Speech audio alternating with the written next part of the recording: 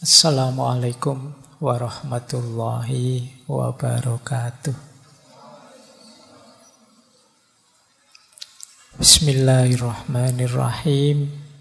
Alhamdulillahi rabbil alamin. Wa bihi nasta'inu ala umurid dunya waddin. Allahumma sholli wa sallim wa barik ala habibina wa syafi'ina sayyidina wa maulana Muhammadin wa ala alihi wa ashabihi wa man tabi'ahum bi ihsanin ila yaumiddin. Amma ba'du. Bismillah, mari kita belajar lagi, kita mulai ngaji filsafat lagi. Kita ganti tema ya untuk bulan ini. Biasanya kalau Februari itu temanya tema ya Valentine, tema cinta-cintaan. Sekarang kita balik, Februari temanya patah hati. Tidak apa-apa ya, ini karena tidak sengaja saya kemarin itu membaca satu artikel bahwa hari ini tingkat kematian karena depresi itu lebih tinggi. Bahkan lebih tinggi dari kematian karena kanker yang ditakuti banyak orang itu. Nah, terus tiba-tiba saya ingat kalian. Saya kok khawatir jangan-jangan kalian ini di duniamu kan yang paling dekat membuatmu depresi itu ya urusan-urusan cinta dan patah hati ini. Makanya tiba-tiba muncul ide, ayolah bulan ini kita belajar tentang patah hati. Kita pahami apa yang terjadi dengan diri kita kalau sedang mengalami patah hati. Syukur-syukur kemudian kita bisa mengendalikannya, tidak kehilangan akal sehat dan badan sehat kita, meskipun mengalami banyak kekecewaan dalam hidup. Tentu saja patah hati itu tidak hanya urusan laki-laki dan perempuan, cinta yang di level eros. Cinta apapun punya potensi jatuh pada sisi patah hati, kekecewaan. Meskipun nanti ya kita urean-urean bagian awal ini kita masih mengambil sisi psikologis jatuh cinta yang biasa kalian alami itu. Minggu depan mulai agak dalam ke filsafat yang jenisnya eksistensial. Minggu depannya lagi agak dalam lagi kita ke stoikisme. Dan nanti terakhir kita masuk dari pintu sufisme. Nah, paling tidak pelan-pelan kita selami diri kita memahami fenomena yang namanya patah hati ini. Dan itu ya memang bagian dari skenario ujiannya Allah untuk hidup kita di dunia ini. Kita mengalami namanya patah hati. Baik, bismillah ya, pelan-pelan. Ini belajar beneran malam hari ini, jadi bukan pengajian. Jadi kita sinau bareng. Bismillah ya, nambah wawasan. Saya awali dari sini. Saya ingin masuknya dari dunia emosi. Ini mungkin wawasan ini beberapa di antara teman-teman sudah paham. Jadi ada psikolog ahli jiwa namanya David Hawkins. Dia membahas tentang kesadaran manusia. Jadi dia bukunya judulnya Power and Force, An Anatomy of Consciousness, The Hidden Determinant of Human Behavior. Jadi ini diri kita ini, tingkat kesadaran kita itu hari ini ada di mana. Hawkins ini membuat semacam metrik, semacam peta. Terus dia skor. Skor itu mungkin level energinya. Jadi hidup kita ada di level kesadaran yang mana? Itu ada sekitar 8 tambah 9, 17 level. Yang jumlahnya 8 yang awal itu namanya fos. Fos ini coraknya agak negatif. Jadi kalau kita ada di level fos ini, kita terjebak di situ, kita harus berjuang keluar dari situ. Yang level tinggi sisanya namanya power. Kalau power ini dimensi ketika kita mengembangkan diri. Berarti kita sudah meningkat dari kondisi fos tadi. Nah, ini sisi-sisi kesadaran kita. Ini ada 17 tadi, yang paling rendah malu, yang paling tinggi pencerahan. Ya tentu saja mungkin dalam diri kita ada banyak. Saya sudah levelnya cinta, Pak, tapi kadang-kadang ya ada malunya, kadang ada takutnya ya. Tapi ini yang dimaksud yang dominannya. Ada orang yang dominan dalam hidupnya itu isinya rasa malu saja. Sehingga dia merasa minder, tak berdaya, tak berharga. Ini level kesadaran paling rendah kalau versinya Hawkins. Nah, paling tingginya itu pencerahan. Makanya dia menskor energinya, level paling rendahnya 20, level paling tingginya 1000. Nah, ini mungkin menarik untuk teman-teman bahan refleksi. Saya itu dominannya ada di mana? Kesadaranku. Kalau yang paling rendah malu tadi ya, rasa minder, tak berharga, itu powernya 20. Energi 20 itu ya sulit kita mengharapkan kontribusi besar dari kita untuk hidup. Jadi ini orangnya agak mungkin sangat-sangat introvert, merasa minder, merasa tak berharga. Yaitu nanti patah hati itu ada di mana, cinta ada di mana. Nanti kita lihat betapa jauhnya drop kesadaran dari cinta jadi patah hati. Apalagi terus gara-gara patah hati terus minder. Cinta itu kan 500. Begitu terus jadi minder, malu. Mungkin minder karena, wah berarti saya ini tidak layak dicintai atau tidak layak mencintai orang, terus jadi minder. Itu kita drop jadi 20 energinya. Dari sangat aktif luar biasa jadi turun. Naik satu level dari malu ada menyalahkan diri. Rasa bersalah. Ini kadang-kadang orang patah hati kan juga bisa menyalahkan diri. Salahku. Wong ya cuma minta setia saja, aku kok ndak bisa. Nah, terus kamu kecewa, menyalahkan dirimu. Itu hidup dalam rasa bersalah, itu level energinya cuma 30. Susah produktif, pasti susah kreatif. Naik satu level ada lebih tinggi, tapi juga tidak kalah buruknya. Namanya apatis. Ini wujudnya biasanya putus asa. Jadi sudah tidak ingin apa-apa lagi. Bangkitlah, sudah tidak mau. Ayo perjuangkan, tidak mau, sudah apatis, sudah tidak mungkin aku sukses, tidak mungkin aku bisa dapat lagi, sudah gonta-ganti berapa kali kok terus putus terus, sudahlah, tidak usah mikir itu lagi. Ini apatis namanya. Orang kok dominan hidupnya apatis, isinya putus asa saja, ya pasti tidak produktif. Jadi tingkat kesadarannya masih rendah.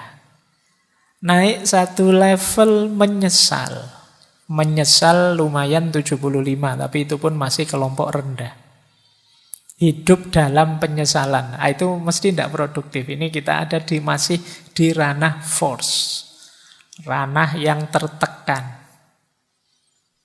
Naik satu level hidup dalam ketakutan, cemas, khawatir.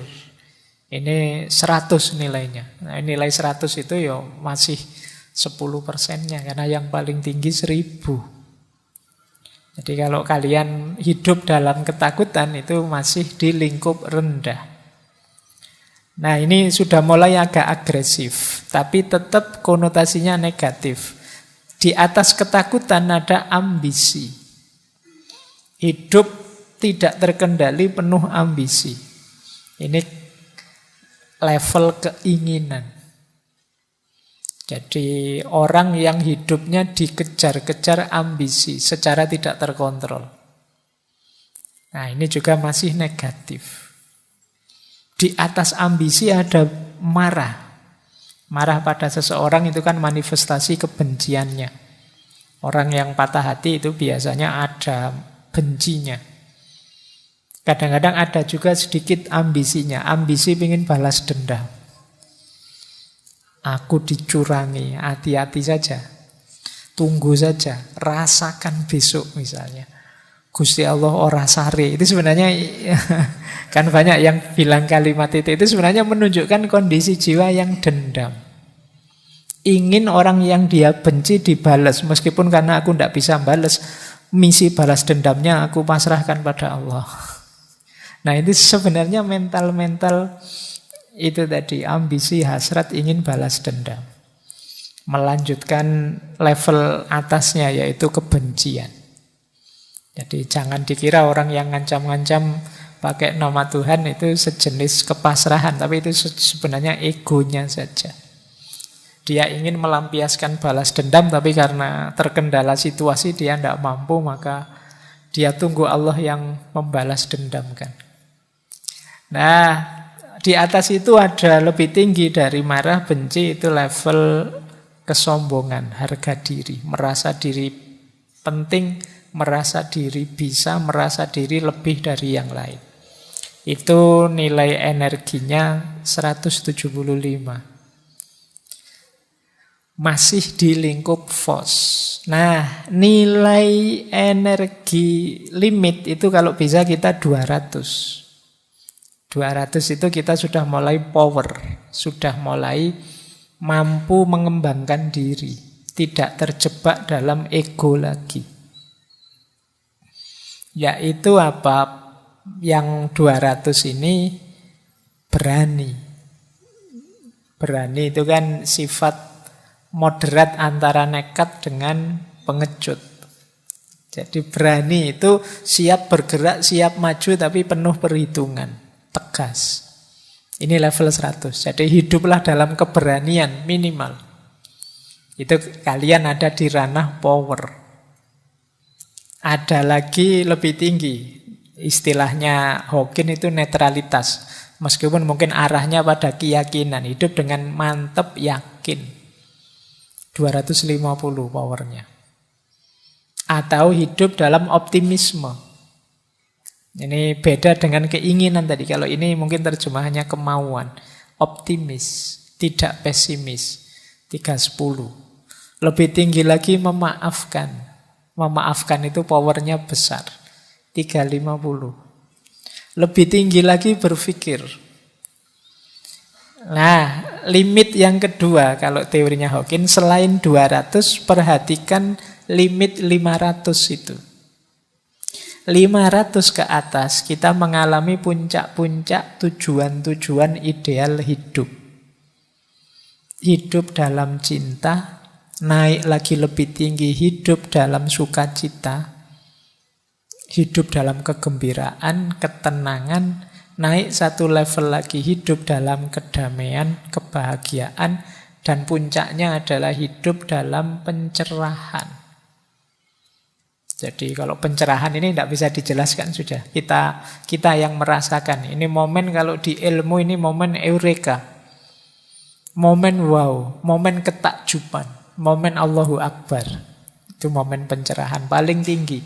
Nilainya 700 sampai 1000. Nah, semoga teman-teman, saya tidak tahu ada di mana, semoga ada di power ya, tidak ada di force. Kalau ada di force, kita ada di wilayah yang negatif. Mari menghidupkan power. Nah, gejala-gejala fenomena yang malam hari ini kita bahas, broken hearts, patah hati, itu banyak ada di force. Ayo kita jadikan yang di force ini geser ke ranah power. Makanya sering saya bilang, tidak hanya cinta, patah hati pun sebenarnya energinya banyak. Maka ayo kita meskipun patah hati, tapi paling tidak masih tetap berani, masih tetap optimis, masih tetap misalnya mau berpikir, masih bisa memaafkan. Sudah patah hati, diputus, tidak mau memaafkan, dendam lagi. Oh, itu kamu ada divorce. Kamu terjebak dalam kegelapan rasa sakitmu. Coba kamu mau memaafkan, kemudian optimis melihat ke depan, bisa menerima, apalagi tetap tenang, bahagia. Oh, kamu luar biasa. Nah, ini cara antara lain, karena teori untuk membaca jiwa itu kan luas sekali. Ini antara lain dari para ahli jiwa untuk memahami fenomena kesadaran kita. Ini loh yang mendorong hidup kita. Ini nanti jadi profil kepribadian kita. Kalian setelah ini boleh introspeksi. Pak, saya itu tipe orangnya pemikir, Pak. Lumayan. Power 400. Pak, saya itu tipe orangnya ceria, Pak. Gembira terus. Lumayan 540. Pak, saya itu hidup dalam penyesalan, Pak. Oh, itu kamu berarti ada divorce level 475. Pak, saya hidupnya penuh kebencian, kamu ada divorce, meskipun nilainya 150. Nah, ini caranya begini nanti. Kalau ingin memahami level kesadaranmu di mana. Baik, ini pengantar ya untuk memetakan jiwamu sebelum kita nanti nangis-nangis patah hati. Ya kan, ini teorinya ini. Baik, kita mulai membahas ya ke tema kita patah hati. Tapi ini belajar loh, ini bukan kita awali dari sini. Untuk patah hati kan jatuh cinta dulu. Jangan sampai kamu belum jatuh cinta kok sudah patah hati. Pak, saya belum nembak, belum jatuh cinta, sudah patah hati, itu namanya minder. Nah, kita belajar dulu dari jatuh cintanya ya. Ini yang sejak dulu saya janjikan saja untuk menjelaskan cinta dari perspektif neurosains.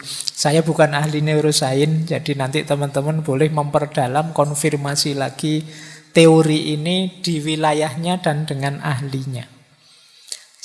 Ini teori ini ada di banyak buku, misalnya di Sapiennya Yuval misalnya. Nah, ini untuk menjawabnya ya, kenapa sih Pak kok saya jatuh cinta? Kenapa sih kok saya suka dia? Kenapa sih kok saya bisa tertarik padanya? Ini secara neurosains, kita itu sepanjang evolusi kita, evolusi manusia.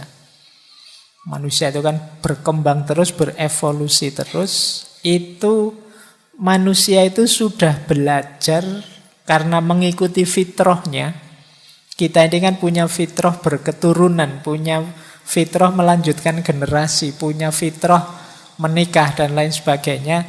Itu sejak awal kita sudah belajar untuk menghidupkan fitrah ini. Nah, maka otak kita terkondisikan untuk mengikuti fitrah itu, termasuk fitrah berketurunan. Nah, maka generasi manusia awal itu juga sudah punya ideal-ideal, pasangan yang menurut mereka cocok untuk melanjutkan generasi. Nah, mungkin ada yang menganggap ini cari saja yang subur, yang cirinya begini, cari saja yang aktif, yang cirinya begini, cari saja. Itu nenek moyang kita sudah punya standar-standar. Mereka belajar, oh jangan menikah dengan perempuan kayak gini deh, kalau kayak gini itu. Nanti perempuan jangan mau kalau dinikahi laki-laki kayak gitu deh. Ini sepanjang sejarah manusia itu belajar tentang ini. Sejak era purba manusia sudah belajar. Nah, pelajaran ini direkod dalam otak manusia. Yang itu kemudian lama-lama terkumpul, sandinya tersimpan di otak kita, dalam sinyal-sinyal saraf-saraf otak kita. Jadi itu warisan nenek moyang kita. Di dalamnya ini ada sirkuit macam-macam, termasuk tadi standar-standar pasangan ideal Yang itu nanti didukung oleh hormon neurotransmitter yang ada di kepala kita. Jadi sandinya sudah ada. Misalnya tipe ideal istri versi Indonesia mungkin beda dengan tipe ideal versi Afrika atau versi Amerika. Versi Melayu mungkin beda dengan tipe ideal versi manalah, India atau mana. Ini sesuai rekod cetak yang ada di kepala kita. Ini warisan nenek moyang kita. Nah, selanjutnya isi kepala yang isinya sandi-sandi itu akan jadi secara tidak sadar jadi standar kita. Kalau melihat pasangan yang menurut sandi-sandi tadi cocok, menurut sirkuit-sirkuit tadi cocok. Itulah mengapa kadang-kadang bagi temanmu, sahabatmu yang satu ini tidak menarik, tapi kok malah temanmu yang satunya jatuh cinta sama dia, itu mungkin ada warisan-warisan standar yang cocok. Nah, mungkin misalnya nenek moyangmu dulu trauma punya pasangan kok merengut saja, terus dia punya pokoknya cari istri yang murah senyum lah besok, misalnya. Itu terus jadi tergambar di kepalamu, terpola, nanti ini mungkin lama-lama diwariskan. Makanya saya pernah baca buku terjemahan itu yang isinya jangan jadi orang yang murung karena kemurunganmu akan diwariskan ke generasi selanjutnya. Jadi orang yang ceria, jadi orang yang bahagia. Makanya jangan pakai rumus saya susah ndak apa-apa Pak, yang penting anak saya besok seneng. Itu ndak laku kalau pakai teori ini. Kalau kepingin anakmu, generasimu yang akan datang senang, kamu harus jadi orang yang gembira juga. Nah, ini asal-usulnya. Kenapa kok kamu bisa jatuh cinta sama dia? Kemungkinan standarnya dia cocok dengan standar yang ada di kepalamu. Yang ini mungkin kamu tidak sadar. Oh enggak kok Pak, saya itu tiba-tiba saja seperti ada yang narik terus jatuh cinta sama dia. Saya tidak pakai mikir. Ya sebenarnya itu karena sudah ada pola, sudah ada standar yang ada di kepalamu. Jadi ketika standar ini secara tidak sadar ketemu, itu mungkin kayak lampu ninu-ninunya itu bunyi terus. Wah ini cocok ini. Nah, alhamdulillah kalau yang membunyikan standarmu itu dia juga bunyi standarnya. Nah, berarti sama-sama jatuh cinta. Kalau tidak, kamu bunyi sendirian. Jadi bertepuk sebelah tangan kamu. Itu cikal bakalnya patah hati di situ. Jadi kalau kamu ketemu kok terus sinyalmu bunyi, kamu boleh tanya sinyalmu bunyi juga enggak? Nah, kalau ternyata enggak, kamu siap-siap sudah ancang-ancang mundur. Nah, ini awalnya begini. Nah, yang penting bukan ini, yang penting selanjutnya. Setelah jatuh cinta, ini yang menarik. Pusat-pusat rasional di otak kita macet. Jadi otak emosionalnya meluap. Jadi yang kuat sekali emosinya, rasionalnya macet. Itu kenapa jatuh cinta itu sering kelakuannya orang jatuh cinta itu tidak logis, tidak masuk akal. Orang jatuh cinta itu seperti orang mabuk. Bahkan ada yang bilang orang jatuh cinta itu seperti orang pecandu narkoba.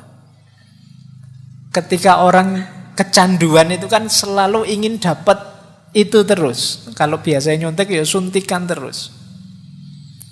Jadi kalau kalian saking rindunya gelisah pengen ketemu sampai rasanya bolak-balik, itu persis seperti orang sakau. Rumusnya memang begitu. Gejala kimia yang ada di otakmu begitu. Jatuh cinta itu semacam ketergantungan. Nah, sistem amigdala, sistem cinguli kortek macet. Sistem amigdala itu sistem ketakutan, kesiagaan.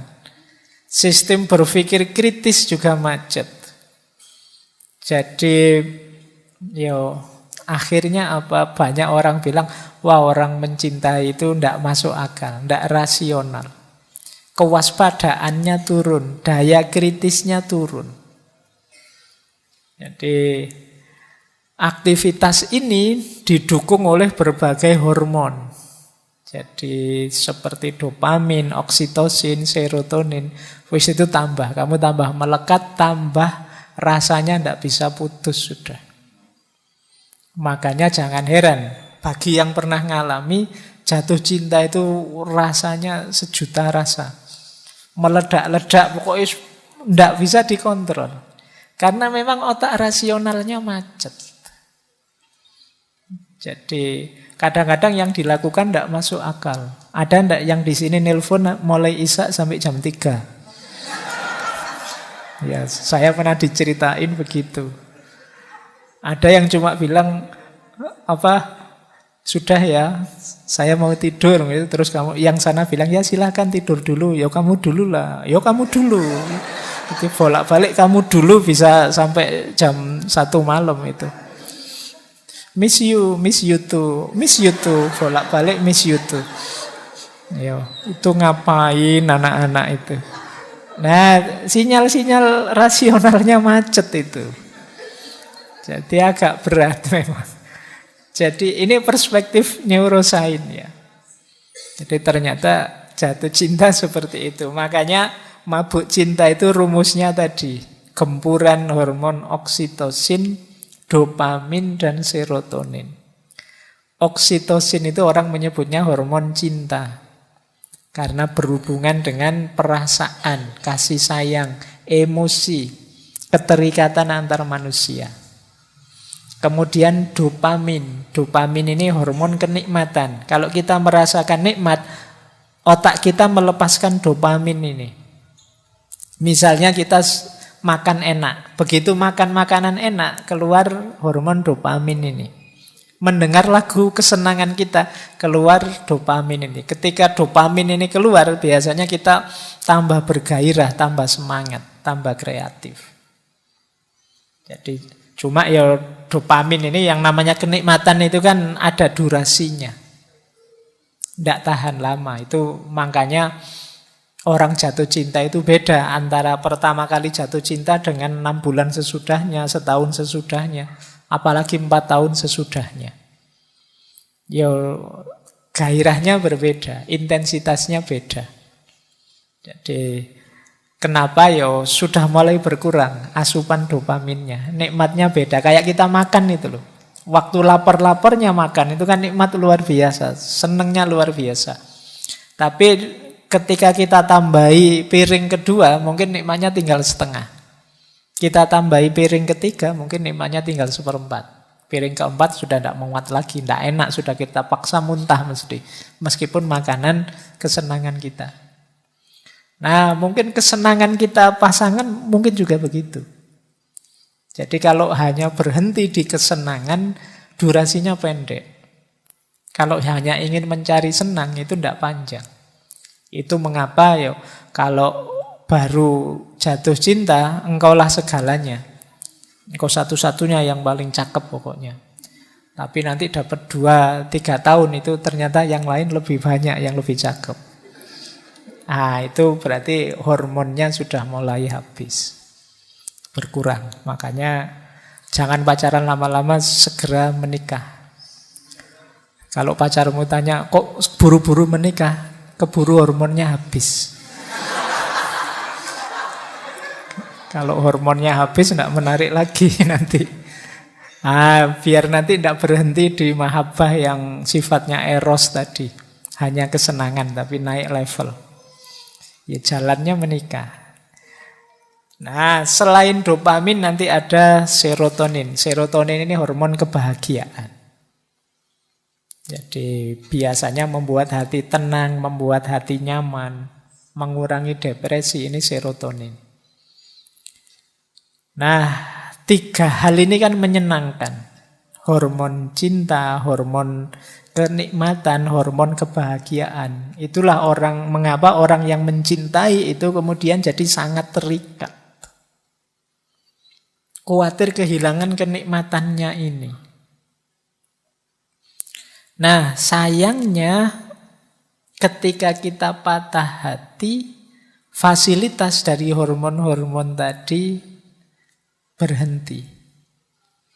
Itu yang membuat kita cemas, tertekan, terisolasi. Akhirnya otak berusaha mencari gantinya. Wis pokoknya apa saja boleh. Itu makanya ini yang saya bilang orang patah hati maupun orang jatuh cinta itu energinya luar biasa. Sama-sama otak rasionalnya macet. Sehingga kadang-kadang melakukan hal-hal yang tidak terbayangkan. Baik ketika jatuh cinta maupun ketika patah hati.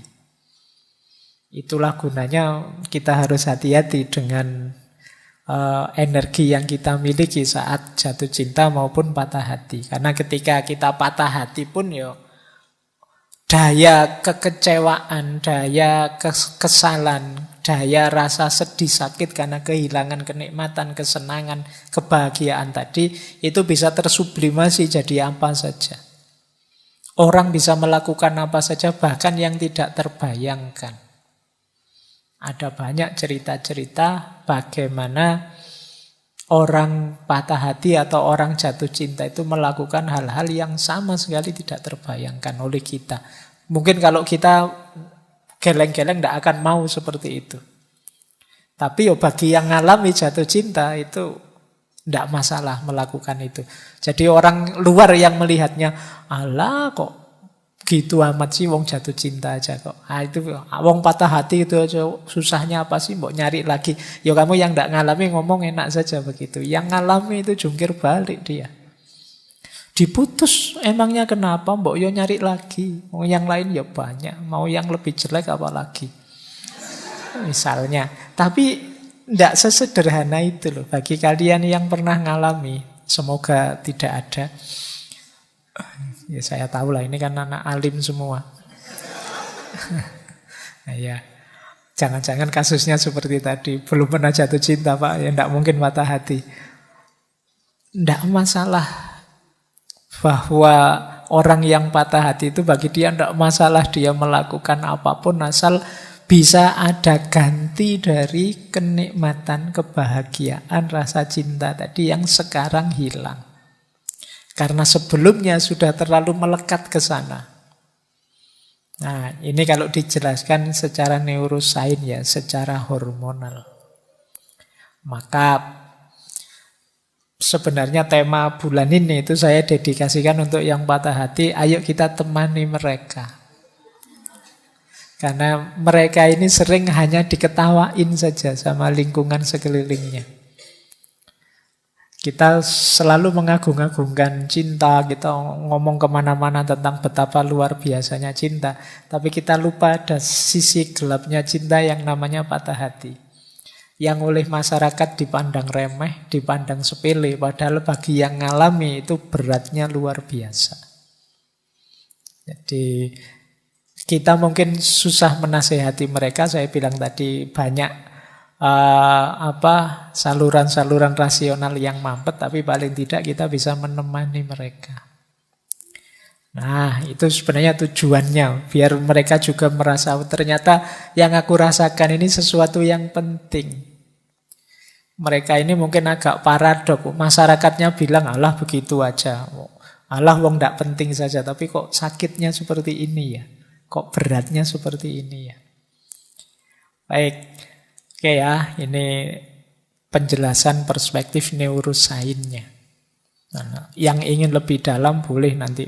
Hari ini banyak buku-buku yang menjelaskan ini. Bagaimana kondisi otak, situasi otak saat orang mengalami jatuh cinta maupun patah hati. Oke, sekarang kita dalami kondisi emosinya. Patah hati itu, sederhananya biasanya didefinisikan kondisi emosi yang mengalami kekecewaan dan kesedihan mendalam karena harapan tidak sesuai dengan kenyataan.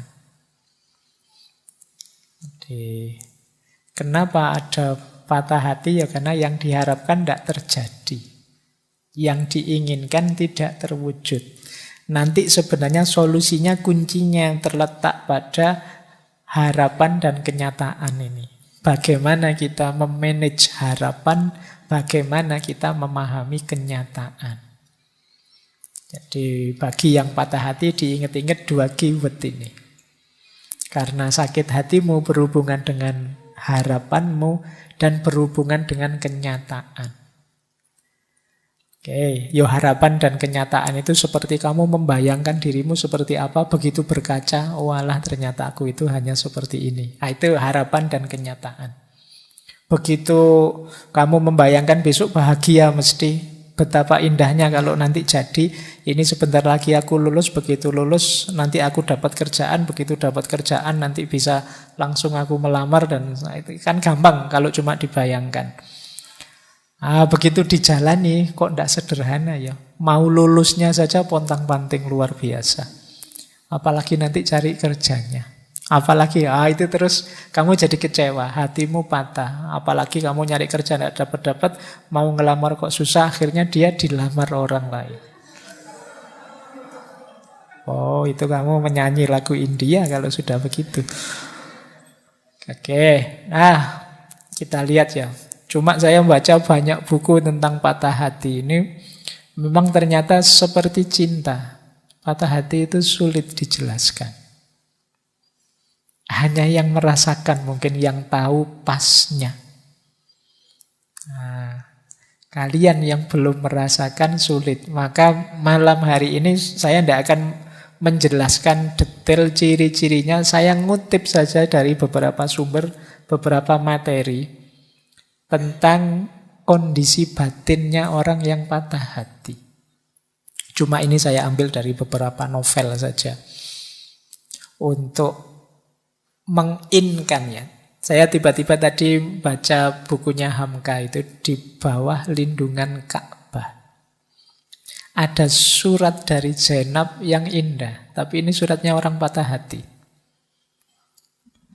Jadi yang belum baca harus baca novel Di Bawah Lindungan Ka'bah ini. Nah, ini suratnya Zainab yang merasa ditinggal. Kalimatnya indah. Hanya kepada bulan purnama di malam hari, Adinda bisikkan dan pesankan, kerinduan Adinda hendak bertemu. Tetapi bulan itu tetap tak datang. Pada malam berikutnya dan seterusnya ia kian surut. Hanya kepada angin petang yang berhembus di ranting-ranting kayu di depan rumahku. Hanya kepadanya aku bisikkan supaya ditolongnya memeliharakan abangku yang berjalan jauh. Entah di darat, entah di laut, entah sengsara kehausan. Hanya kepada surat abang itu, surat yang hanya sekali itu Dinda terima selama hidup, Adinda tumpahkan air mata. Karena hanya menumpahkan air mata itulah kepandaian yang paling penghabisan bagi seorang perempuan. Tetapi surat itu bisu. Meskipun ia telah lapuk dalam lipatan dan telah layu karena kerap dibaca, rahasia itu tidak juga dapat dibukanya. Sekarang abang, badan Adinda sakit-sakit. Ajal entah berlaku pagi hari, entah besok sore.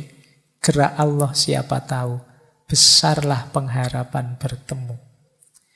Dan jika abang terlambat pulang, agaknya hanya bekas tanah penggalian, bekas air penalkin, dan jejak nisan yang dua yang akan abang dapati.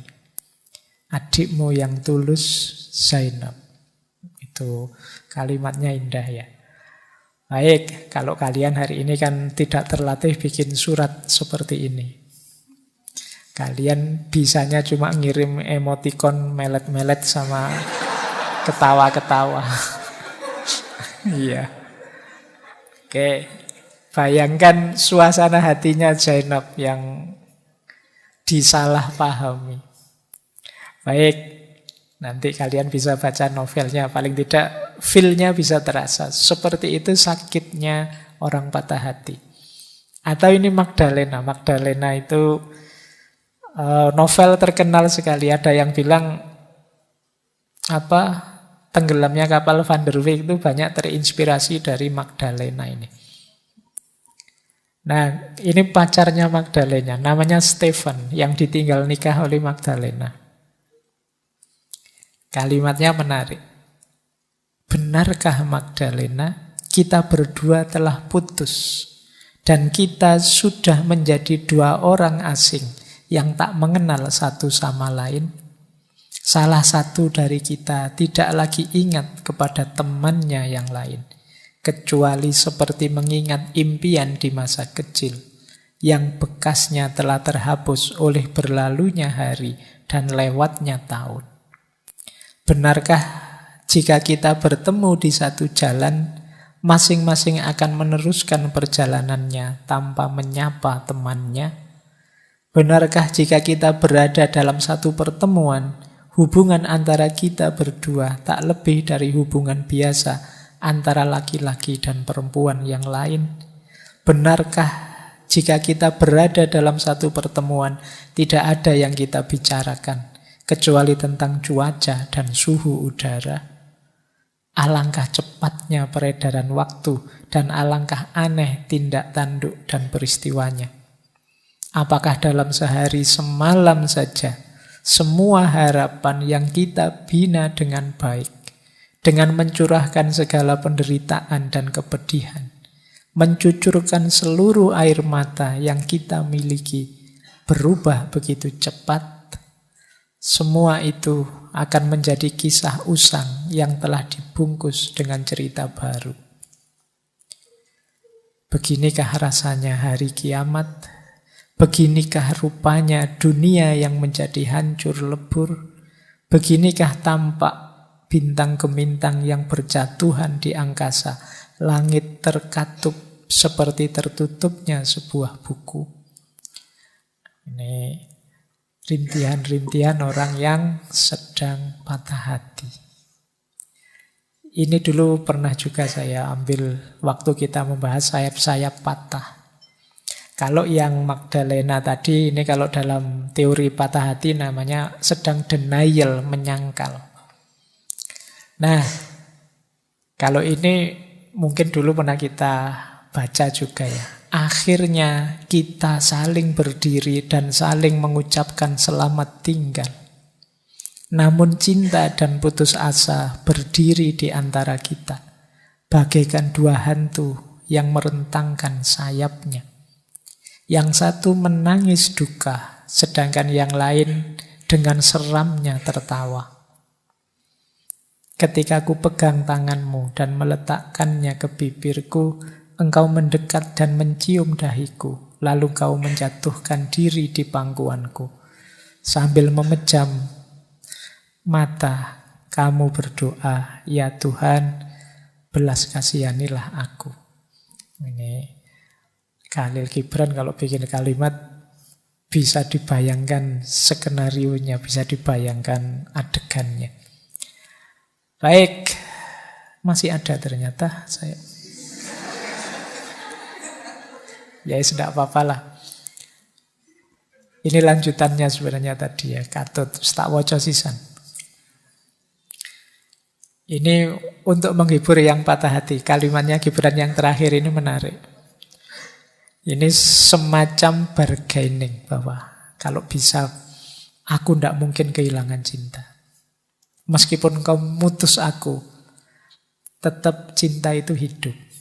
Nah ini kalimatnya begini. Besok takdir akan membawa dirimu ke tengah keluarga yang sejahtera.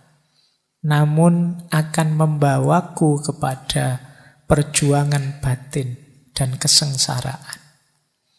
Engkau berada di rumah orang yang paling bahagia, sedang aku akan memasuki gerbang kematian. Engkau akan diterima dengan ramah, sedang aku akan berada dalam belitan kesepian. Namun aku akan mendirikan patung cinta dan memujanya di dalam lembah kematian. Cinta akan menjadi satu-satunya selimutku. Akan kupakai seperti sehelai baju dan akan kuminum bagaikan menenggak anggur. Cinta akan membangunkanku di waktu subuh dan membawaku ke medan yang jauh. Di siang hari, cinta akan membimbingku ke bawah rimbunnya pepohonan, di mana aku berteduh bersama burung-burung dari sengatan matahari. Di sore hari, sebelum matahari tenggelam, cinta memerintahkanku beristirahat, sambil mendengarkan nyanyian alam, dan memperlihatkan padaku bergeraknya awan di langit biru yang meremang. Di malam hari, cinta akan memelukku, dan aku pun tertidur, lalu bermimpi tentang dunia yang sangat indah, yang hanya ada dalam jiwa-jiwa para penyair dan pecinta. Cinta, wahai kekasih, akan tinggal denganku hingga akhir hayatku. Bahkan sesudah tiadaku, dengan seizin Tuhan, kami pun akan tetap bersatu.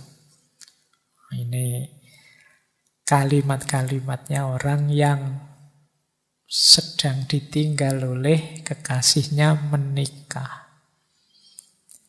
Baik, silahkan dirasakan. Sekarang kita bahas ya. Kalau tadi kan karena saya sulit menjelaskan situasi orang yang sedang patah hati, saya kutip-kutipkan dari beberapa novel. Ya biasanya memang orang sedang jatuh cinta atau orang sedang patah hati itu mendadak bisa pinter bikin puisi. Ya, boleh kamu cek. Kalian yang sedang naksir siapa atau jatuh cinta sama siapa itu tiba-tiba pinter bikin puisi. Ini menarik teorinya. Seperti saya jelaskan dulu ya bahwa di awal-awal tulisannya Jami', ketika ada seorang anak muda yang pingin belajar tasawuf, sama mursyidnya disuruh pulang dulu, disuruh jatuh cinta dulu. Kenapa? Karena orang yang pernah jatuh cinta itu hatinya lembut.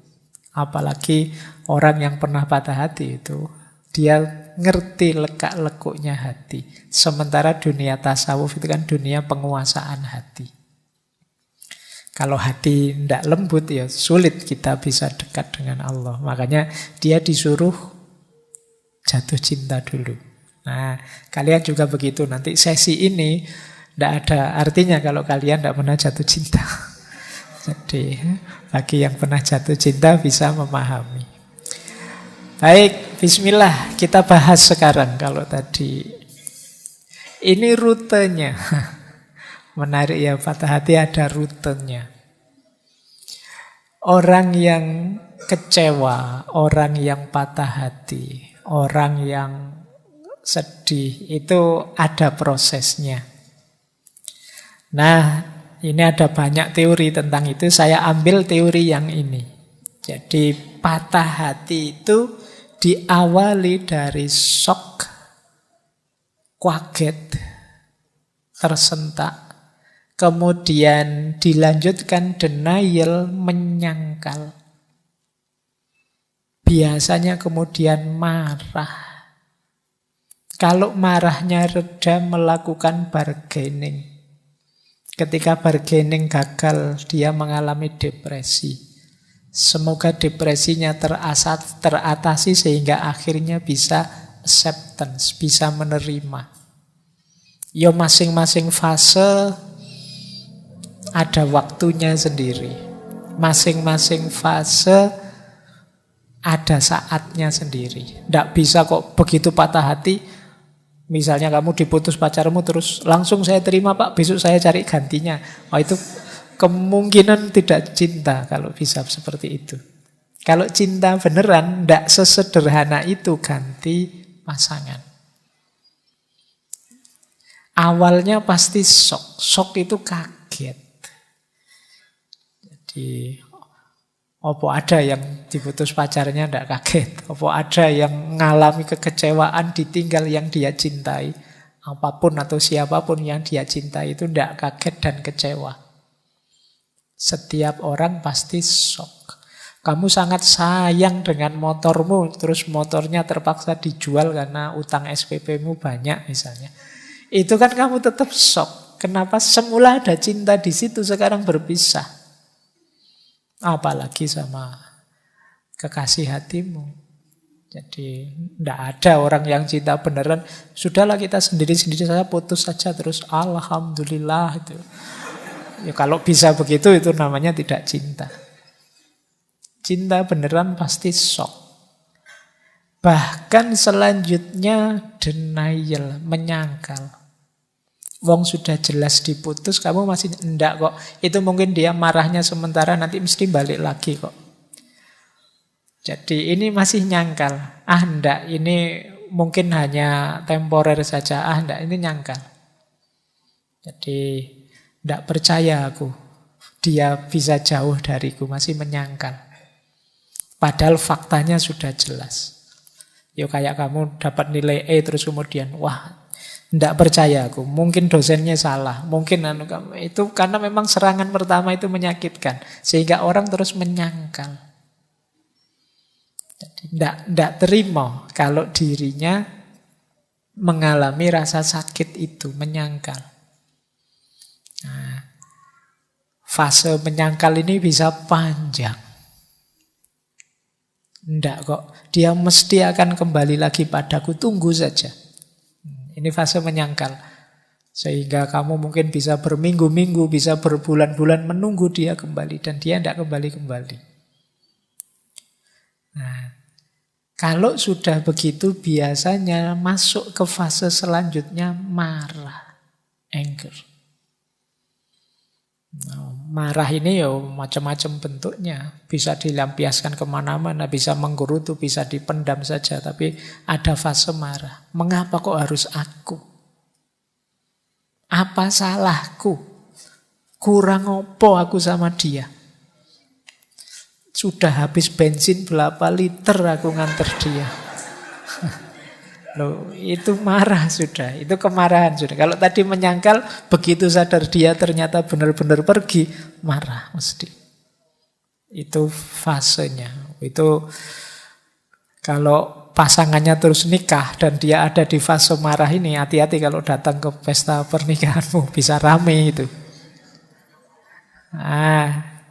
Kalau fase denial mungkin masih dia agak menarik diri, tapi begitu marah itu pengennya melampiaskan keluar.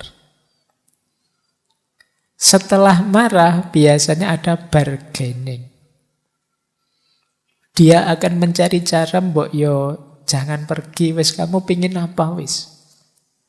Mbok yo jangan berpisah, kamu perlu apa? Apapun yang kamu inginkan aku penuhilah. Itu bargaining namanya. Kadang-kadang kalau tidak bisa bargaining sama orangnya, kita bargaining sama Tuhan. Ya Allah, mbok kembalikan dia padaku wis. Saya tak rajin sholat lah mulai sekarang. Ini bargaining namanya.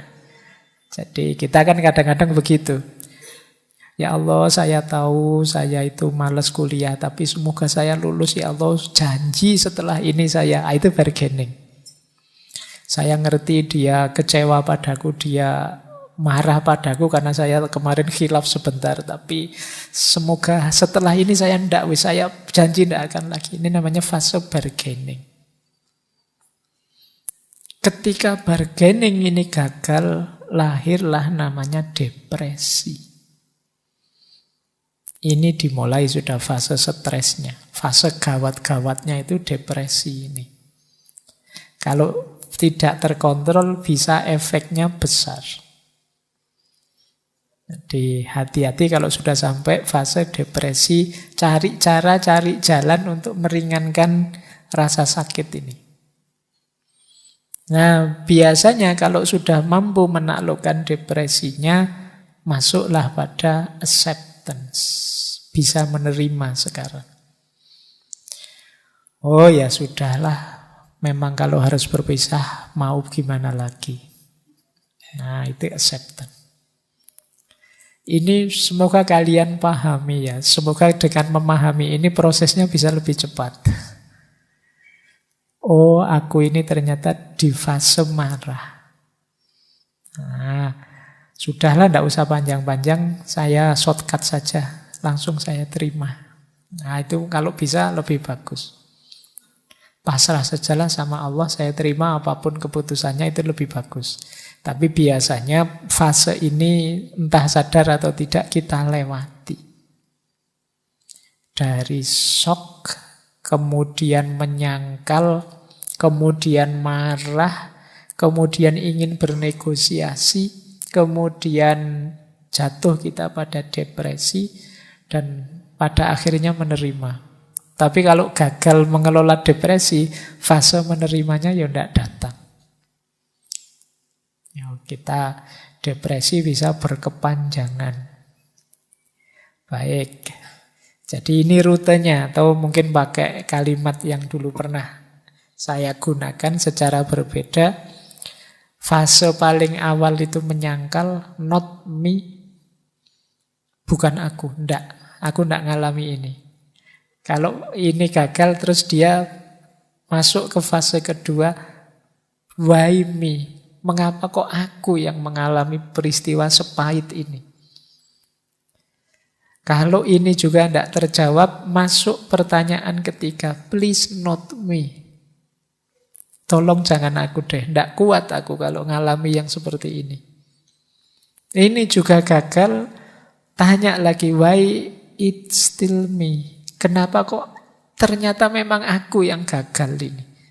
Ternyata memang aku yang ditinggal. Terus fase bargaining. Fase bargaining itu I will but. Oke lah, tidak apa-apa, tapi saya perbaiki lagi. Nah, itu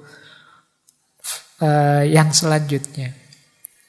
Kemudian slide hilang, Rek. Saya tidak tahu ini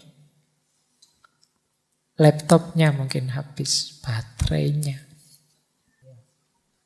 Sudah mancep tadi, cuma tidak diklik. Ayo, tidak apa-apa. Why me? Pertanyaannya.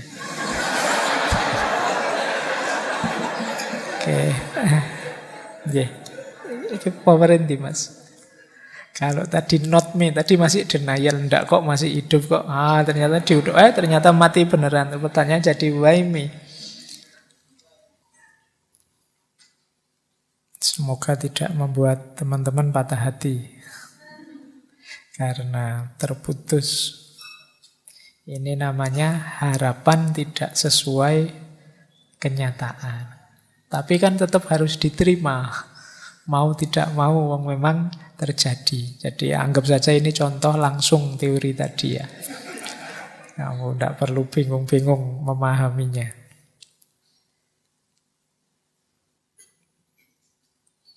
Baik, tidak apa-apa ya terputus. Jangan khawatir, meskipun putus, selesainya tetap on time kok. Ya, tidak ada injury time-nya.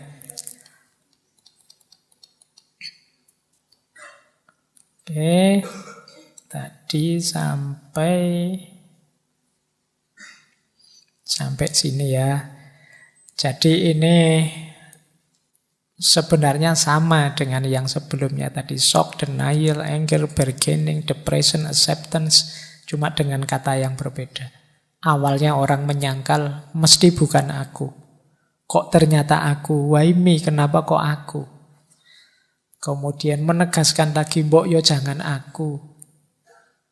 Terus kenapa sih kok masih aku? Why it still me? Oke lah, mbok begini saja, itu bargaining. Tapi pada akhirnya ya diterima, it's okay, tidak masalah. Berarti sudah acceptance. Tapi ini prosesnya sampai it's okay ini panjang. Saya pernah baca buku itu paling cepat 6 bulan. Paling cepat loh ya berarti. Itu berarti bisa panjang. Ada ndak yang patah hati sampai hari ini terbayang-bayang terus? Nah, mestinya masih ada. Padahal patah hatinya sekian tahun yang lalu. Nah, kita menyebutnya tidak bisa move on. Tapi ya memang proses. Yang dalam diri setiap orang beda-beda proses sembuhnya patah hati ini. Patah hati dengan apapun, dengan siapapun. Wong yo kita berpisah dengan apapun siapapun di dunia ini kan pasti. Makanya kemampuan mengelola patah hati itu bagi saya penting. Mungkin saja kita tidak patah hati dengan pasangan kita, tapi pasti pada saatnya kita akan patah hati juga, berpisah juga dengan apapun. Baik, kita lanjutkan ya. Jadi ini rutenya. Sekarang kita cek efeknya. Nah, hati-hati loh ya, patah hati juga berhubungan dengan kesehatanmu. Yang pertama apa? Gangguan kecemasan kronis. Jadi tubuh kita ini punya mekanisme fight or flight. Kalau merasa ada bahaya. Kayak kita waktu ketemu harimau misalnya di depan kita. Itu kan alternatif fight or flight. Nah, cirinya apa? Tubuh kita bereaksi fight or flight itu biasanya ya kita gemetar, jantung berdebar-debar, kepala pusing, mual, cemas, takut ini, takut itu. Ini kecemasan kronis. Tidak ada apa-apa kita gemeteran sendiri, takut sendiri, jantung berdebar, kepala pusing. Ini fight or flight. Mungkin pernah saya jelaskan dulu orang yang kena gejala psikosomatis itu kan karena pikirannya tidak tenang, pikirannya cemas, ya fisiknya kena. Perutnya mules, kepalanya pusing, vertigo. Nah, ini karena kecemasan. Nah, tubuh kita juga begitu. Begitu patah hati, ya mekanisme tubuh kita ini mekanisme mencari selamat tadi. Bahaya ini datang. Dia ingin menyelamatkan dirinya, maka itu tadi jantung berdetak lebih cepat, kepala jadi pusing, perut rasanya mual. Nah ini namanya gangguan kecemasan. Ya kalau cuma ketemu harimau sebentar, wong patah hati ini lama. Kita terus-terusan begitu, ya mesti fisik kita kena. Jadi gangguan kecemasan itu ya tidak sederhana. Orang yang ngalami mesti merasakan pusingnya. Saya ada teman gangguan kecemasan itu karena sempat melihat temannya meninggal gara-gara kena stroke. Itu dia was-was terus. Kepalanya pusing sedikit, waduh jangan-jangan gejala stroke ini. Terus dia jantungnya berdebar-debar, berkeringat dingin, rasanya seolah-olah ini gangguan kecemasan. Nah yang patah hati juga mudah terkena ini. Karena patah hati itu tubuhmu merespon ada bahaya datang. Makanya orang sangat marah, orang sangat sedih itu kan jantungnya berdebar-debar, keringatnya keluar, keringat dinginnya keluar, mungkin asam lambungnya naik sehingga dia pusing dan lain sebagainya. Ayo dihati-hati. Ya kalau kamu masih muda, masih sehat, tapi nanti di usia tertentu mengalami gejala ini harus agak hati-hati. Nah, itu yang pertama. Apalagi karena situasi itu nanti sistem imun kita bisa turun. Kalau tadi dopamin dan lain-lain yang keluar, waktu kita sedih, stres, itu ada hormon namanya kortisol yang keluar. Kortisol ini orang menyebutnya hormon stres. Dia menurunkan kekebalan tubuh, menaikkan gula darah. Kalsium dalam tulang juga turun, tekanan darah naik. Kamu jadi kurus, jadi males makan. Makanya jangan heran kalau orang patah hati itu males makan. Kok patah hati malah makannya enak sekali, lahap sekali. Kamu itu beneran patah hati apa gimana? Biasanya memang males makan karena stres. Dan ini tentu saja daya tahan tubuhmu turun. Jangan lupa ada juga namanya broken heart syndrome. Ini bisa menyebabkan kematian. Patah hati bisa mati, bisa. Di dunia kedokteran ada itu tadi istilahnya broken heart syndrome atau Takotsubo kardiomyopati. Ini jantungnya yang kena. Jadi ketika ada tekanan kuat karena stres, ya jantungnya yang kena. Nah, kalau sejak semula tidak terlalu fit, yo bisa saja membawa kematian. Makanya rasanya tadi kok simpel, sederhana, cuma diputus pacar, yo situasinya bisa beragam. Bahkan bisa berujung kematian. Ada banyak cerita-cerita itu kan orang yang patah hati sampai kemudian mati. Kayak Majnun kalau diceritanya itu diceritain bahwa Laila sudah meninggal duluan, tiba-tiba dia terus meninggal. Kan banyak cerita-cerita itu tiba-tiba meninggal para pecinta ini. Nah, itu mungkin karena ini tadi, broken heart syndrome. Jadi ini efek di tubuh kita. Makanya saya bilang tadi, yuk kita dampingi teman-teman kita, saudara-saudara kita yang mengalami ini. Jangan diketawain lah. Jangan diremehkan, disepelekan. Oke, nah sekarang kita belajar meresponnya. Biar mental kita tetap sehat. Respon ini saya bagi dua, karena penting ada respon pada serangan pertama, awal, dan lanjutannya. Kalau lanjutan ini mulai tertib, tapi bagian awal lebih penting. Respon awal yang pertama apa? Itu kalimatnya menarik. Kamu hanya harus jatuh. Maksudnya apa? Berpikir yang ringan saja. Kamu hanya harus jatuh itu. Waduh, pacarku meninggalkanku. Alah yo, ditinggal pacar toh, ya enggak apa-apalah. Ya nikmati sajalah sakitnya, jatuh sebentar, ya nanti bangkit lagi. Kamu hanya harus jatuh saja. Syukur-syukur bisa ngatur posisi jatuh yang enak. Jadi Allah wong jatuh saja kok. Atau sadarkan bahwa ya memang bidang ini kamu gagal, bidang yang lain banyak kok. Wong cuma itu aja. Itu kalau bahasanya Gus Dur gitu aja kok repot. Nah, itu kamu hanya harus jatuh kan? Ya sudah, nikmati saja sebentar nanti terus ayo jalan lagi. Nah, kamu sedih kan? Ya nikmati sedihmu terus ayo bangkit lagi. Jadi kamu kan hanya harus jatuh. Nah, ya ini kalau diucapkan enak, cuma dijalani ya pening. Tapi ya memang rumus sederhananya itu. Biasanya yang nambah runyam persoalan itu kita mendramatisir. Sebenarnya bisa kok kamu hadapi, kamunya saja yang suka mendramatisir. Pak, pasangan saya itu segalanya bagi saya, Pak. Kalau tidak ada dia, dunia rasanya gelap, langit rasanya runtuh.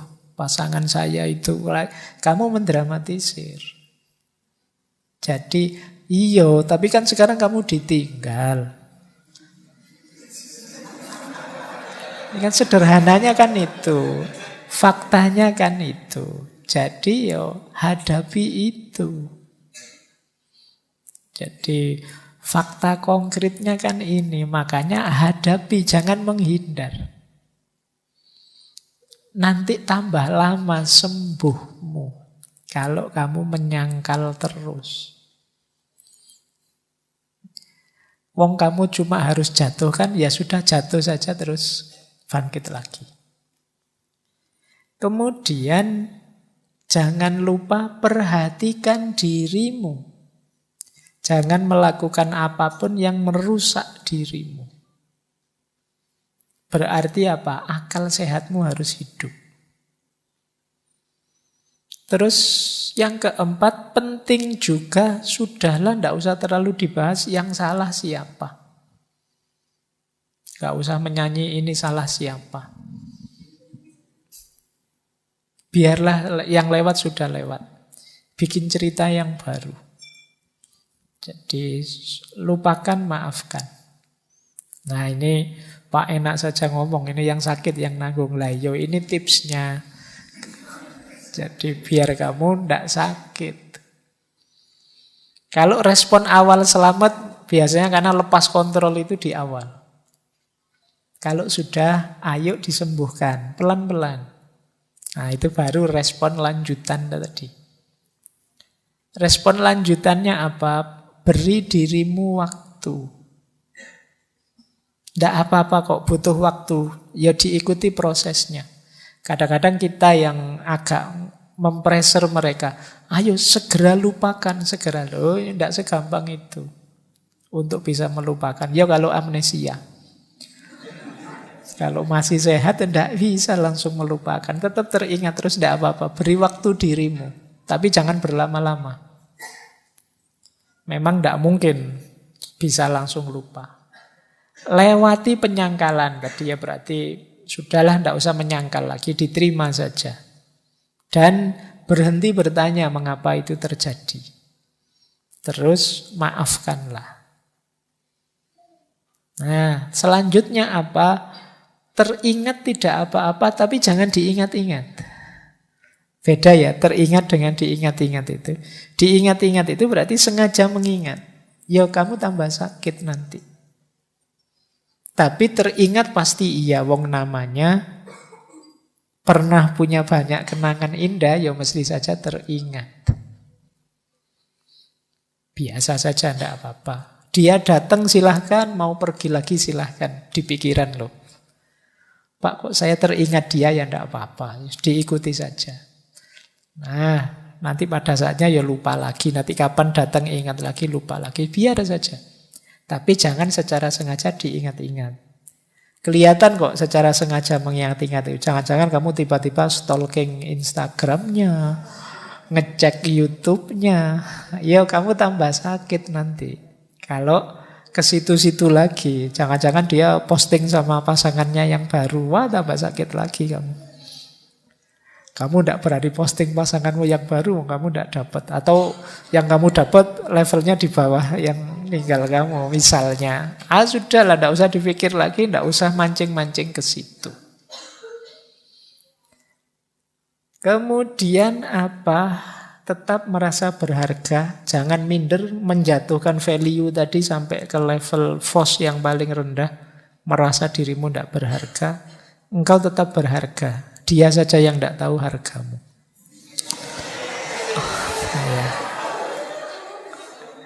Yo, maksudnya dia saja yang tidak tahu hargamu. Kalau dia tahu, ninggal kamu sejak lama. Oke. Terus, ya wis, pokoknya tetaplah engkau orang yang berharga, tidak usah khawatir. Nah, saatnya kamu menghidupkan sistem pendukungmu. Sistem kita itu kan punya banyak sistem pendukung. Kita punya keluarga, kita punya teman, kita punya sahabat, lingkungan kita banyak kok. Sistem pendukung di sekeliling kita banyak. Ayo dimanfaatkan. Punya teman curhat, punya sahabat. Kembali ke keluarga yang selalu pasti siap menerima kita. Jadi ada banyak supporter kita, tidak usah khawatir. Terus layani diri kita dengan baik. Sementara memanjakan diri tidak apa-apa. Pengen makan enak, ayo. Pengen tiduran yang lama, rebahan, ayo. Wong yo kemarin juga sudah rebahan terus kan. Jadi sekarang ada alasannya, tidak apa-apa. Terus cobalah aktivitas atau hobi yang baru. Cari kesibukan lah biar nggak ngelamun terus.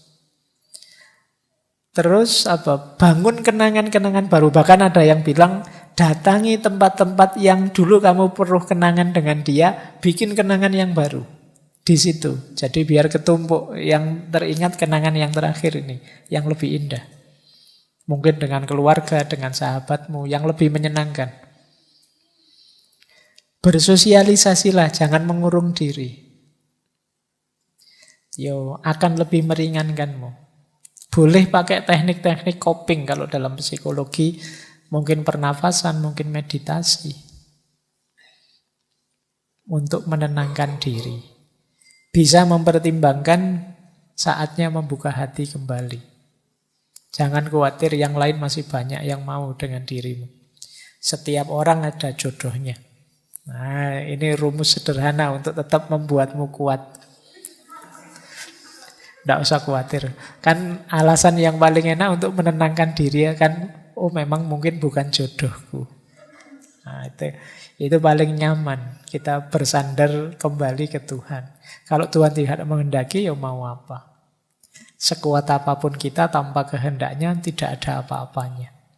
Nah, itu lebih ringan. Nah, nanti yang semacam ini kita bahas di minggu keempat ketika kita berhadapan dengan perspektif sufisme.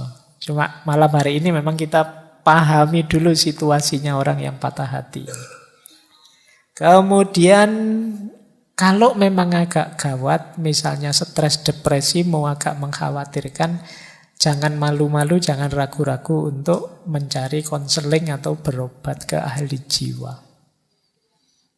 Karena tadi loh, efeknya ternyata bisa besar untuk kesehatanmu lahir dan batin. Maka tidak apa kamu mendatangi ahli jiwa. Baik, jadi ini respon-respon ideal. Nah, sekarang kita lihat beberapa perspektif psikologi ya. Ini menarik. Ada tuntunan dari Brian McGill. Kata dia sebenarnya, ayo kita lihat dari sudut pandang yang berbeda. Kata dia, sebenarnya hatimu bukan patah. Hati tak akan bisa patah. Yang kamu rasakan adalah sakitnya tumbuh.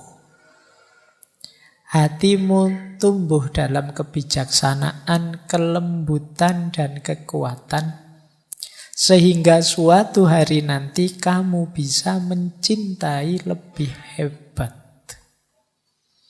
Jadi, mari kita pahami secara berbeda. Ini persis pelajaran filsafat. Jadikan apapun jadi pelajaran, termasuk patah hati. Pelajaran itu berarti kita pahami dalam rangka kita tumbuh jadi lebih baik. Kita harus tambah baik dari pengalaman, termasuk pengalaman patah hati. Maka peristiwa hati yang patah itu jangan dipahami hati yang patah, tapi kita pahami sebagai pelajaran untuk kita tumbuh. Sekarang aku tahu cara hidup bersama yang tidak mengecewakan pasangan. Sekarang aku tahu maknanya kesetiaan. Sekarang aku tahu caranya membahagiakan, menggembirakan. Itu dari hubungan dan juga dari patah hati. Tadi kita bisa belajar. Jadi katanya Brian McGill, yuk kita membacanya jangan hanya di aspek kekecewaan dan kesedihan, tapi kita membacanya di aspek pelajaran hidup yang kita dapat. Tambah banyak pengalaman, tambah matang kita menyikapi hidup ini. Nah, ini yang sulit diperoleh kalau hanya dari buku. Perlu kita dapat dari pengalaman. Jadi ini pelajaran menurut saya jadi strategi untuk kita biar tidak terjebak di situ-situ terus. Tapi kita mengambil sudut pandang yang berbeda bahwa penderitaan yang kita rasakan itu hakikatnya adalah pelajaran.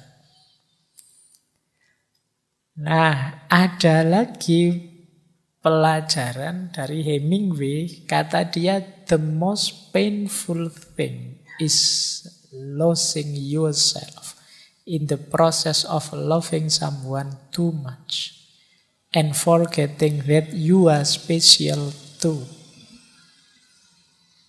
Kalian boleh tetap nyambung, boleh pisah, tapi tolong jangan kehilangan dirimu.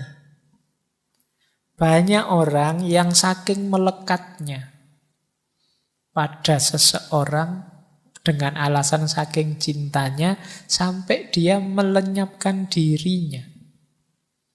Kehilangan dirinya. Jadi cinta berubah jadi kompromi-kompromi. Asal engkau tidak pergi, aku rela berubah jadi apapun yang engkau inginkan. Ini namanya kompromi, bukan cinta. Atau kalau pasanganmu hanya mau mencintaimu dengan syarat dan ketentuan seperti iklan. Ya, itu kan kalau iklan itu kan begitu. Aku mencintaimu terus ada tanda bintangnya di bawahnya syarat dan ketentuan berlaku loh. Itu bukan cinta, itu dagang. Jadi di antara kuncinya cinta itu bisa tegak, ya engkau jadi dirimu, dia jadi dirinya. Kemarin dulu kita bahas yang ini ya, ketika kita membahas Khalil Gibran. Jangan lupa masing-masing kalian itu istimewa.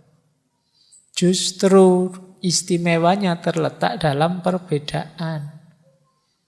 Jadi kunci mencintai itu kan salah satunya ada respect, saling menghargai. Jadi kalau ada cinta yang membuatmu kehilangan dirimu dalam proses mencintai itu, sebenarnya itulah the most painful thing, kata Hemingway. Itu yang paling menyakitkan. Cinta itu sebenarnya mendukungmu untuk semakin eksis jadi manusia, seperti minggu depan kita bahas. Tapi justru cinta bisa melenyapkanmu. Nah, ini yang paling menyakitkan. Kamu tidak ada lagi. Kamu memasrahkan dirimu sepenuhnya pada yang engkau cintai, sesuai keinginannya, sesuai perintahnya, sesuai kehendaknya, ya selesai, kamu kehilangan dirimu. Dan sebenarnya itulah yang paling perlu disesali. Ini kata Hemingway.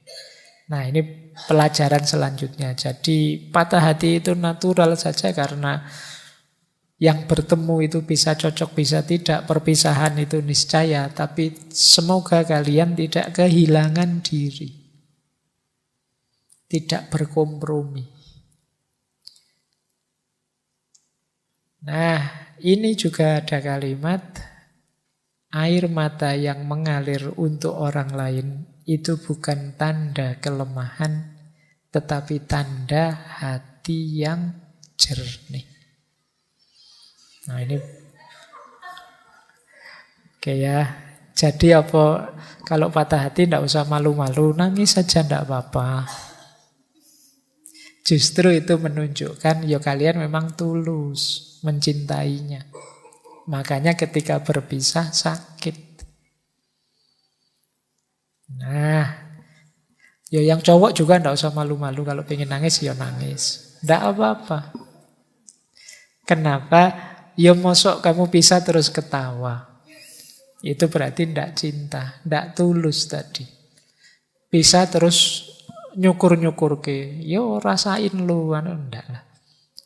Kalau memang tulus kemarin mencintai, berpisah itu memang sakit. Tidak apa-apa menangis, karena tangisan itu bukan pertanda bahwa kamu lemah, tapi pertanda bahwa kamu tulus.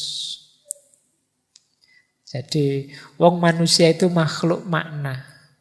Apa-apa ya kamu maknai yang positif lah. Tangisan dimaknai sebagai ketulusan. Nanti perpisahan dimaknai sebagai takdir atau barokah atau apalah, monggo. Nah, itu kan lebih meringankan hatimu daripada kamu maknai sebagai bencana. Atau maknai seperti tadi, begitu diputus, wah ini berarti Allah sedang memberiku pelajaran tambahan. Aku harus nyari pelajaran lagi ke yang lain, tidak hanya pelajaran ini. Nah, itu lebih meringankan. Jadi ini quotes yang ini mengajarkan kita untuk memberi makna yang positif saja. Baik. Nah, ternyata kata Josh Harris ini yang tadi punya quote sebelumnya, ada yang lebih menyakitkan dibandingkan patah hati. Waiting hurts, forgetting hurts, but not knowing which decision to take can sometimes be the most painful. Menunggu itu menyakitkan, melupakan juga menyakitkan, tetapi tidak tahu mana yang harus aku lakukan, aku putuskan, itu biasanya kadang-kadang jauh lebih menyakitkan. Berarti apa? Situasi tidak jelas itu lebih menyakitkan. Kamu itu masih cinta padaku apa pingin pisah? Nah, kalau masih cinta kok begitu, kalau pingin pisah kok begitu, tidak jelas. Aku harus melupakanmu atau menunggumu. Itu tidak jelas juga, itu jauh lebih menyakitkan. Yang pengalaman mesti ngerti lah. Seperti apa digantung, tidak jelas. Nah, oke, baik. Ini beberapa quotes. Apapun yang terjadi saat kalian patah hati, 4 hal ini jangan hilang. Kalau hilang bencana, double. Yang pertama apa? Badan sehat. Yang kedua, akal sehat. Yang ketiga, makna hidup. Yang keempat, moral, akhlak. Patah hati bukan alasan kalian boleh melakukan apa saja, termasuk yang nabrak norma-norma moral, akhlak, dan adab. Jadi kalian boleh ngapain saja untuk melampiaskan, mencari hiburan, tapi jangan nabrak norma, akhlak, dan adab. Jangan kehilangan makna hidup dan tujuan hidup. Pastikan akalmu tetap sehat, badanmu tetap sehat. Apapun yang terjadi. Nah, mau kamu menyanyi-nyanyi sedih berhari-hari, berminggu-minggu, mau kamu nangis menghabiskan berbantal-bantal, tidak apa-apa. Asal badanmu tetap sehat, berarti habis nangis kalau waktunya makan, ya makan. Jadi biar tetap sehat. Nah, akal sehatnya juga dijaga, jangan melakukan yang aneh-aneh. Makna hidup juga harus tetap diyakini. Hidup tetap harus bermakna.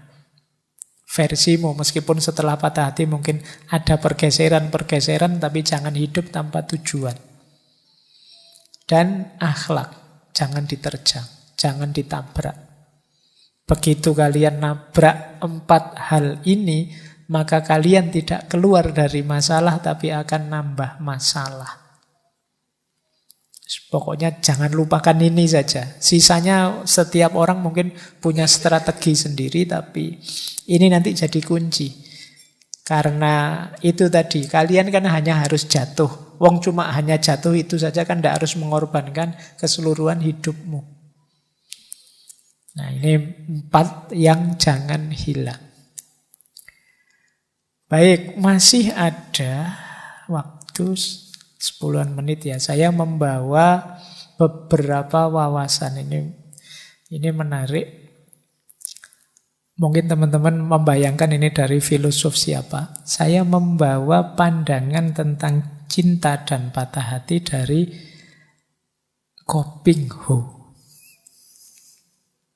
Kalau teman-teman pernah membaca ceritanya Ko Ping Ho, dulu saya senang sekali. Saya itu kalau baca ada kalimat-kalimat bagus, saya sisihkan. Saya catat, saya tandai. Nah, saya ketemu pandangan yang bagus tentang patah hati dan cinta ini. Ada beberapa nanti saya bawa. Ini untuk mengantarkan ke minggu depan. Bagaimana menyikapi patah hati secara eksistensial. Kalian boleh mendiskusikan pandangannya ini. Ini menarik. Yang pertama begini kata dia. Ini saya ambil dari, kalau tidak salah, Bukek Siansu, serialnya. Nah, ini ada orang tua yang menasehati tokohnya. Kata dia begini, cinta antara pria dan wanita itu bukanlah cinta yang sejati namanya, melainkan asmara yang timbul dari kecocokan selera, baik mengenai ketampanan maupun mengenai watak, sehingga saling tertarik, kagum, seperti orang melihat bunga-bunga indah. Gairah karena kecocokan selera ini bercampur dengan nafsu birahi. Asmara ini penuh dengan keinginan menguasai, memiliki, memperbudak. Penuh dengan keinginan dimanja, dipuja, dijunjung tinggi. Di samping keinginan menikmati kepuasan dari hubungan yang didorong oleh nafsu birahi. Ini kalimatnya jujur. Kalau kalian kemarin-kemarin berteori cinta itu agung, tidak ada pamrih, tidak ada apa-apa, kata beliau prek, tidak begitu. Pasti ada pamrih-pamrih fisik, dorongan birahi. Kenapa begitu? Karena semua ini bersumber dari si aku yang selalu menunjukkan segala hal demi kepentingan dan kesenangan diri sendiri. Meskipun dengan cara yang cerdik, berliku-liku, tujuan terakhirnya adalah untuk diri sendiri, untuk si aku ini. Kamu boleh berteori ndaki-ndaki tentang cinta, ya ujungnya tetap ke situ nanti. Kamu pengen seneng-seneng. Sesuai kepentinganmu.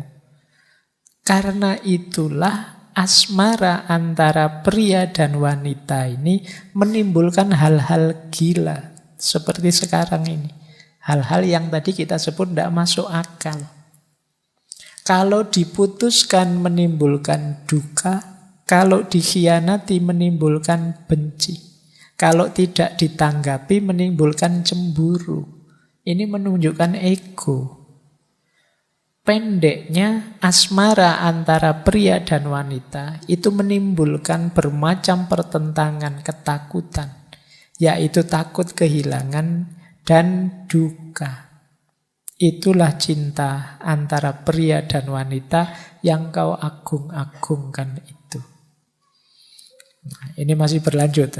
Teman-teman semoga sudah menangkap poinnya ini.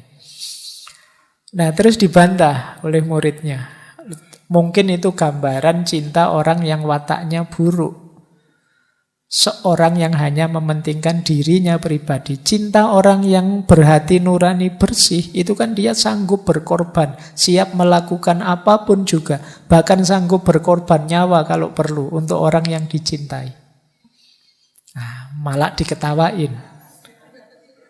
Itu alasan kuno yang sudah menjadi kembang bibir semua orang yang mabuk cinta.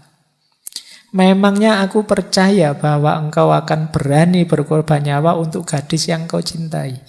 Tetapi bagaimana seandainya gadis itu tidak membalas cintamu? Bagaimana kalau engkau melihat dia berkasih-kasihan dengan pria yang lain? Bagaimana kalau dia tidak setia kepadamu, mengolok-olok cintamu, dan dengan mencolok bermain cinta dengan pria lain di hadapanmu? Apakah engkau tetap rela? Dan cintamu akan tetap. Jadi omong kosong saja, orang mengorbankan nyawa demi cinta. Alah, itu prek juga. Wong yo kalau pacarnya ganti pasangan atau ngelirik orang lain saja kamu marah-marah. Kamu sebenarnya hanya ingin dibales saja cintamu. Jadi itu kalimat bunga-bunganya orang yang mabuk cinta. Nah, ini dibantah. Dibantah lagi. Masa begitu guru? Gimana dengan cinta anak pada ibunya wis? Ini kan cinta sejati. Kata gurunya, itu pun palsu. Seorang anak merasa terkurung budi pada ibunya. Orang yang terdekat dengannya sejak kecil. Orang yang bersikap manis. Orang yang selalu digantunginya, disandarinya. Sehingga dia terbiasa oleh perlindungannya. Dan setelah si anak besar teringat akan kebaikan-kebaikan ini, dia merasa berutang budi dan ingin membalas budi. Bukan cinta yang sejati, melainkan perasaan hutang budi belaka. Andai kata si anak sejak bayi diberikan pada seorang wanita yang lain, kalau wanita itu melimpahkan kebaikan-kebaikan padanya, tentu anak itu pun akan berutang budi pula. Ini pun bersumber pada si aku. Utang budi itu kan karena dia baik padaku, aku baik pada dia. Coba kalau seorang ibu bersikap buruk pada anaknya, bersikap kejam dan lain sebagainya, apakah si anak akan tetap mencintainya seperti yang diucapkan mulutnya? Lihat saja semua orang yang telah dewasa setelah menikah, bukankah perasaannya lebih dekat pada suaminya, istrinya, atau anak-anaknya? Nah, cinta anak pada orang tua, kalau di sini katanya belum cinta yang sejati, itu lebih ke balas budi saja. Wah, Guru pandai sekali berdebat. Gimana kalau cinta kasih seorang ibu pada anaknya? Itu kita sering pakai contoh ini. Nah, beranikah Tuhan menyangkal dan mengatakan bahwa cinta kasih seorang ibu pada anaknya juga palsu? Jawabannya mengagetkan. Iya, memang palsu. Selama si ibu mengharapkan kesenangan dari cintanya itu. Kalau seorang ibu hendak membuktikan cintanya palsu atau bukan, dia boleh bertanya pada dirinya sendiri, marahkah dia kalau si anak tidak menurut kata-katanya? Bencikah dia kalau si anak berani melawannya dan bersikap kurang ajar kepadanya? Dan berdukakah dia kalau si anak melupakannya dan tidak membalas budi kepadanya? Kalau benar demikian, maka sesungguhnya dia tidak mencintai anaknya. Karena di mana ada cinta, di situ tidak mungkin ada kebencian, kemarahan, dan kedukaan. Nah, ini cinta ibu pada anaknya pun dibantah. Kadang-kadang cinta ibu pada anaknya juga belum tulus. Masih ada pamrihnya. Pamrihnya apa? Dibalas kebaikan sama anaknya, atau dipatuhi anaknya, atau anaknya melakukan apa yang dia inginkan, mewujudkan mimpi-mimpinya. Kalau si anak ini rasanya kok mimpinya berbeda dengan dia, itu biasanya sudah sikapnya agak berbeda. Ada banyak cerita semacam ini. Ya tidak semuanya, tapi kalau ada seperti ini berarti belum tulus cintanya. Selama masih ada pamrih belum tulus. Nah, terakhir kalau begitu pendapatnya Tuhan, kalau cinta itu bukan perasaan manusia yang biasa, mungkin ya hanya cinta pada Tuhan saja yang suci. Jawabnya malah lebih tegas lagi. Sama sekali tidak. Cinta manusia pada Tuhan itu lebih munafik lagi. Sesungguhnya bukan cinta, melainkan pemujaan, dan pemujaan ini palsu belaka. Kalau dibaliknya terhadap keinginan agar memperoleh balas jasa atau imbalan. Kalau manusia memuja Tuhan dengan niat agar memperoleh imbalan berkah, baik selagi masih hidup atau kelak kalau sudah mati, maka pemujaan itu pun palsu belaka, seperti jual beli. Cinta adalah sederhana dan wajar, tanpa pamrih. Karenanya tidak akan mendatangkan kecewa, benci, atau duka. Jadi patah hati tadi kemungkinan muncul karena cintanya masih banyak pamrihnya. Termasuk pamrih ingin menikahi, pamrih ingin dibalas cintanya, pamrih ingin memiliki sepenuhnya.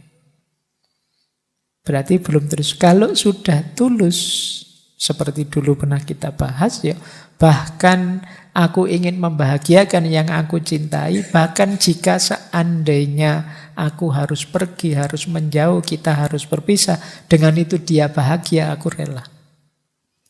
Nah, ini baru tulus. Tapi kalau ditinggal kok terus marah-marah, dari cinta berubah jadi benci, ya berarti yang tadi cintanya masih belum tulus. Ini kalau pakai teorinya Koping Ho ini ya. Biar tidak hanya teorinya para filosof, para teolog. Kita ambil perspektif yang agak berbeda. Jadi, karena kalau dalam psikologi itu ada istilah paradox relationship. Paradox relationship itu paradox hubungan. Orang itu semakin melekat mencintai, semakin mudah membenci.